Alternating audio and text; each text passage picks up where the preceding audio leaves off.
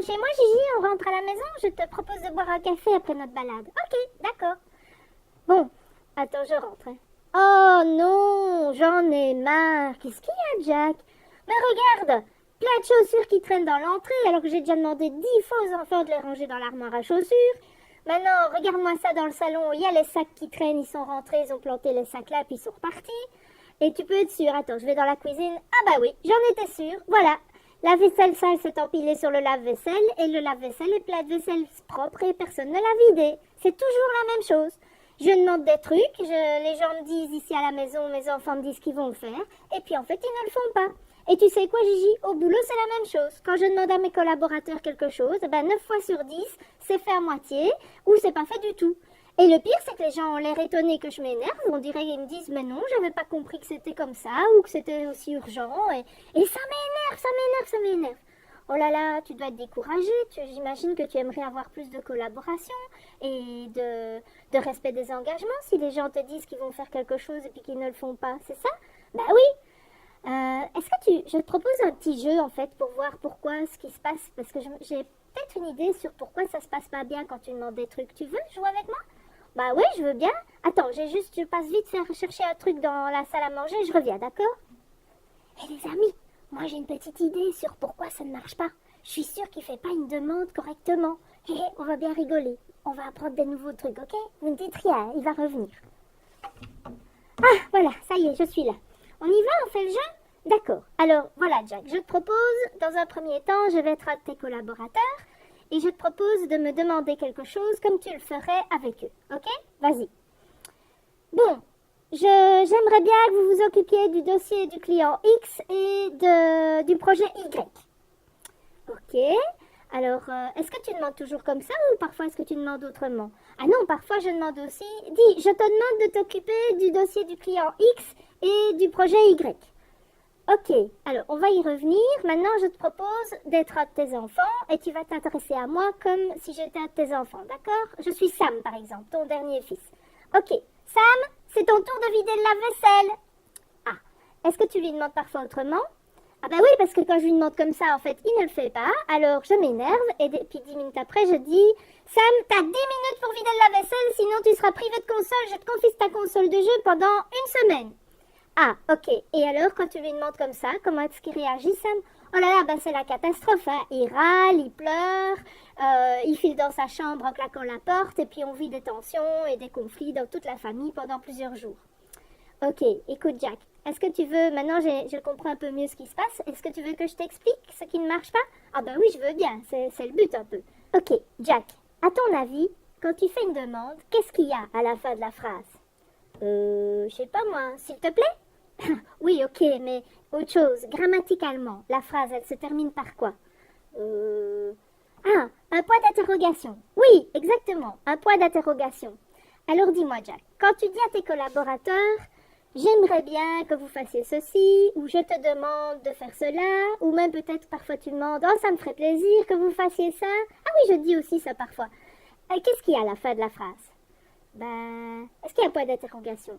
Non, non, il y a un point. Ok, il y a un point. Et donc, en fait, pour tes collaborateurs, c'est pas qu'ils sont de mauvaise volonté ou de mauvaise foi, c'est juste que c'est pas clair pour eux, ce n'est pas assez précis.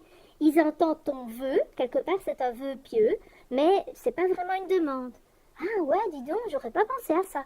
Alors, quand tu demandes à Sam, quand tu lui dis, t'as 10 minutes pour vider le lave-vaisselle, sinon t'es privé de console, qu'est-ce qu'il y a à la fin de la phrase? Ah là, il y a un point d'exclamation. Ok. Et donc, c'est quoi? Est-ce que c'est une demande? Non, non, c'est pas une demande, c'est un ordre, parce que j'en ai marre, je l'ai déjà demandé plusieurs fois. Ok, il y a un point d'exclamation, donc c'est une exigence. Et en fait, tu mets la pression. Et sous pression, toi, quand quelqu'un te dit, fais ça tout de suite, est-ce que tu as envie? Ah non, non, non, pas du tout. Ok, c'est la même chose pour les autres, Jack. Tu vois, sous pression, en fait, les personnes n'ont pas tellement envie de faire les choses. Ils vont le faire soit en râlant, en rouspétant, ou même pas le faire du tout, ils vont se rebeller. Ou alors ils vont le faire, mais par peur des conséquences négatives dans la relation, des conflits, ou même de la punition ou de la sanction, tu vois. Et est-ce que ça te fait plaisir quand quelqu'un fait les choses comme ça, par peur ou en râlant? Ah ben non, pas du tout. Moi, j'aimerais bien que les personnes qui m'entourent me rendent service ou me fassent plaisir juste parce qu'ils y voient du sens ou que ça leur fait plaisir à eux de me faire plaisir. Oui, tout à fait. C'est ce qu'on appelle faire les choses par élan. Et en fait, Marshall Rosenberg il nous racontait ça quand c'est à quoi il croyait dans en créant son processus de la communication non violente. Marshall était convaincu qu'en chaque être humain, il y a une sorte de flamme, un profond élan à contribuer au bien-être des autres. Mais nous n'avons pas envie de contribuer en étant sous pression. Et c'est ce qui se passe avec les personnes qui t'entourent. Soit tu n'es pas très clair, soit tu mets la pression. Ok, je commence à comprendre. Mais Gigi, il y a un truc par contre. S'il y a un point d'interrogation à la fin de ma phrase, de ma demande, ça veut dire alors que la personne peut me répondre non. Eh oui. Oui, mais moi j'ai pas du tout envie quand je demande quelque chose que les gens me disent non. Ah, ben c'est bien ça le problème. Mais rassure-toi, tu n'es pas tout seul dans le cas, Jack. La plupart des gens, c'est comme ça. Moi-même, quand j'ai commencé à apprendre la communication non violente, j'avais du mal à entendre non comme réponse. Donc, un des premiers critères d'une demande, c'est qu'elle doit être négociable. Je dois être prêt à ce que l'autre ne soit pas d'accord ou n'ait pas envie à ce moment-là, ne soit pas disponible. Oui, oui, mais c'est super dur, alors je fais quoi, moi? Comment je vais faire si l'autre n'a pas envie? C'est important si je le demande. Ben, Jack, le truc, c'est de te souvenir. Tu te souviens, je t'ai expliqué les critères du besoin en CNV. Et un des critères, c'est qu'il y a 36 000 solutions pour satisfaire un besoin. Et tu vois, quand tu veux absolument que Sam vide le lave-vaisselle tout de suite, eh bien, en fait, tu as attaché ton besoin à plusieurs choses. Tu attaches ton besoin à Sam, qui est une personne spécifique. Tu l'attaches aussi à une action, vider le lave-vaisselle. Et en plus, tu veux que ce soit tout de suite. Donc, tu es coincé. C'est pour ça que tu es frustré, en fait. L'idée, c'est de pouvoir te dire, j'ai besoin d'aide et de collaboration, et pour chacun de ces besoins, il y a 36 000 solutions. Tu pourrais demander à quelqu'un d'autre qu'à Sam, ou tu pourrais demander à Sam de faire autre chose et à un autre moment. Tu comprends? Ah ouais, je comprends mieux. Alors, il y a encore d'autres critères pour que la demande fonctionne mieux. Je te l'ai dit? Oui, oui, oui, vas-y. Alors, un autre critère, c'est que la demande doit être réalisable. Ça veut dire qu'il ne faut pas demander l'impossible aux gens. Hein. Il faut que ce soit possible pour eux de faire ce que tu leur demandes. Ensuite, c'est important aussi que la demande soit concrète. C'est-à-dire que ce soit quelque chose de clair, tu vois. Concret, ça veut dire qui, quoi, quand et où. Alors, elle doit aussi être formulée positivement. Souvent, le réflexe, c'est de demander ce qu'on ne veut pas, du style « je ne veux plus que tu laisses traîner tes chaussures ». Alors, à la place, c'est de pouvoir dire ce que tu veux. Par exemple, « j'aimerais que vous rangiez vos chaussures à tel endroit ». Ah ouais, j'aurais pas pensé à ça, dis donc. C'est vrai que souvent, je dis « j'en ai marre que vous fassiez ça, je ne veux plus que vous fassiez ceci », et je pense pas à dire ce que je voudrais à la place. Voilà. Et enfin, le dernier critère, c'est que la demande doit être définie dans le temps. C'est le quand.